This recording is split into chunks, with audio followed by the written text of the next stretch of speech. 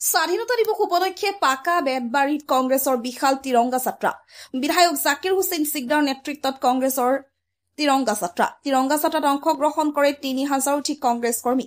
দেশৰ ৭৯ সংখ্যক স্বাধীনতা দিবস উপলক্ষে বৰপেটা জিলাৰ নৱগঠিত পাকা বেতবাৰী সমষ্টিৰ অন্তৰ্গত পাকা বেতবাৰী ব্লক কংগ্ৰেছৰ উদ্যোগত শুকুৰবাৰে তিৰংগা যাত্ৰা শীৰ্ষক এক বিশাল মটৰচাইকেল ৰেলী উলিওৱা হয়। দক্ষিণ পাকাগাঁও পঞ্চায়তৰ পিঠাদি হাইস্কুল খেলপথাৰৰ পৰা আৰম্ভ হোৱা এই মটৰচাইকেল ৰেলী সামৰণি পৰে বৰবালা উচ্চতৰ মাধ্যমিক বিদ্যালয় খেলপথাৰত সৰুক্ষেত্ৰী সমষ্টিৰ বিধায়ক তথা অসম প্ৰদেশ কংগ্ৰেছ কমিটিৰ কাৰ্যকৰী সভাপতি জাকিৰ হুছেইন সিকদাৰৰ নেতৃত্বত উলিওৱা এই বিশাল মটৰচাইকেল ৰেলীত ৩,০০০ৰো অধিক কংগ্ৰেছ কৰ্মী আৰু সমৰ্থকে অংশগ্ৰহণ কৰে। উল্লেখ্য যে তিৰংগা যাত্ৰা শীৰ্ষক মটৰচাইকেল ৰেলীত পাকা বেতবাৰী ব্লক কংগ্ৰেছ কমিটিৰ অধীনস্থ ১৫খন গাঁও পঞ্চায়তৰ কংগ্ৰেছ কৰ্মী আৰু সমৰ্থকে অংশগ্ৰহণ কৰে। মুকালমাৰ পৰা সুৰজিত পাঠকৰ report north east frontier news.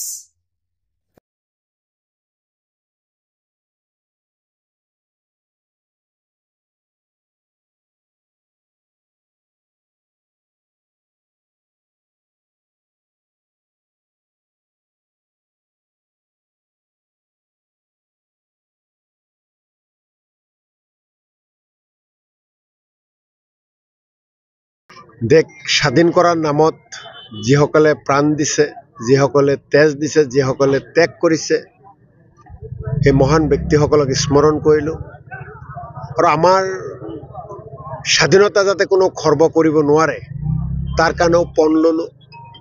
দেশৰ সংবিধান গণতন্ত্ৰক জীয়াই ৰখাৰ কাৰণে যিমান যুঁজিব লাগে সেই যুঁজাৰো পণ ল'লোঁ। ভাৰতীয় নাগৰিকসকলৰ স্বাধীনতা খৰ্ব কৰা সকলৰ বিৰুদ্ধেও আহি থকা সময়খিনিত তেওঁলোকৰ কূটনীতিবোৰ, তেওঁলোকৰ স্বাধীনতা খৰ্ব কৰাৰ কাৰণে তেওঁলোকৰ যিখিনি পৰিকল্পনা তাক কেনেকৈ ধূলিসাৎ কৰিব পাৰি তাৰ কাৰণে সকলোৱে মিলিজুলি সিদ্ধান্ত ল'লোঁ। আৰু আজি শেষত পাকা বেতবাৰী ব্লক কংগ্ৰেছৰ অন্তৰ্গত আমাৰ দলৰ কৰ্মকৰ্তাসকলে ৰাইজৰ সহযোগত বাইক ৰেলীৰ জৰিয়তে তিৰংগা যাত্ৰা কৰিলোঁ। পিঠাদি বজাৰৰ পৰা ভক্তদ্ৰবা বজাৰ হৈ কয়াকুছি পাথাৰ, কয়াকুছি বজাৰ, ঝাৰাবাৰী, পুতলেটাৰী হৈ বৰবালা বজাৰলৈ আহিলোঁ। আৰু ইয়াতে হাজাৰ হাজাৰ বাইক ৰেলী, এই বাইক ৰেলীত হাজাৰ হাজাৰ যুৱক যুৱতীসকলে, আমাৰ কংগ্ৰেছৰ সতীৰ্থসকলে ৰাইজে অংশগ্ৰহণ কৰিলে। সকলোকে মই ধন্যবাদ, কৃতজ্ঞতা জ্ঞাপন কৰিছোঁ। দেশৰ কাৰণে, দেশৰ সংবিধান ৰক্ষাৰ কাৰণে, দেশৰ সংবিধানক জীয়াই ৰখাৰ কাৰণে, আমাৰ অধিকাৰ ৰক্ষাৰ কাৰণে সকলোৱে যে ওলাই আহিছে আৰু দেশ স্বাধীন কৰাৰ নামত যিসকলে ত্যাগ কৰিছে, প্ৰাণ দিছে, বলিদান দিছে, তেখেতসকলক যে স্মৰণ কৰিছে তাৰ বাবে সকলোলৈ মই ধন্যবাদ আৰু কৃতজ্ঞতা জনাইছোঁ। এই যেহেতু পঞ্চায়ত নিৰ্বাচন গ'ল, তাৰপিছত আজি কংগ্ৰেছ কৰ্মীসকলৰ মাজত ব্যাপক উৎসাহ দেখিবলৈ পোৱা গৈছে, কি বাৰ্তা?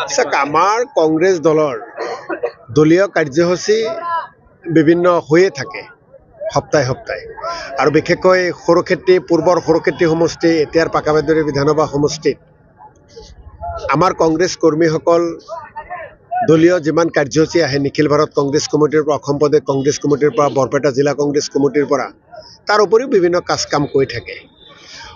সমাজ সেৱামূলক কাম কাজৰ লগত সকলোৱে জড়িত। কেৱল ৰাজনৈতিক কামেই নহয়, সমাজৰ ভালৰ কাৰণে, সমাজৰ উত্তৰণৰ কাৰণে, মানুহৰ কল্যাণৰ কাৰণে আমাৰ কৰ্মীসকলে দিনে ৰাতিয়ে কষ্ট কৰে।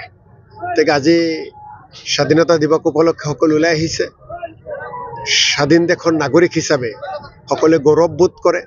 আমাৰ এই গৌৰৱক যাতে কোনেও, আমাৰ স্বাধীনতা যাতে কোনেও কাঢ়ি ল'ব নোৱাৰে তাৰ কাৰণেও কংগ্ৰেছ দলে স্বাধীনতাৰ সময়তো ব্ৰিটিছৰ লগত যুঁজিছিল।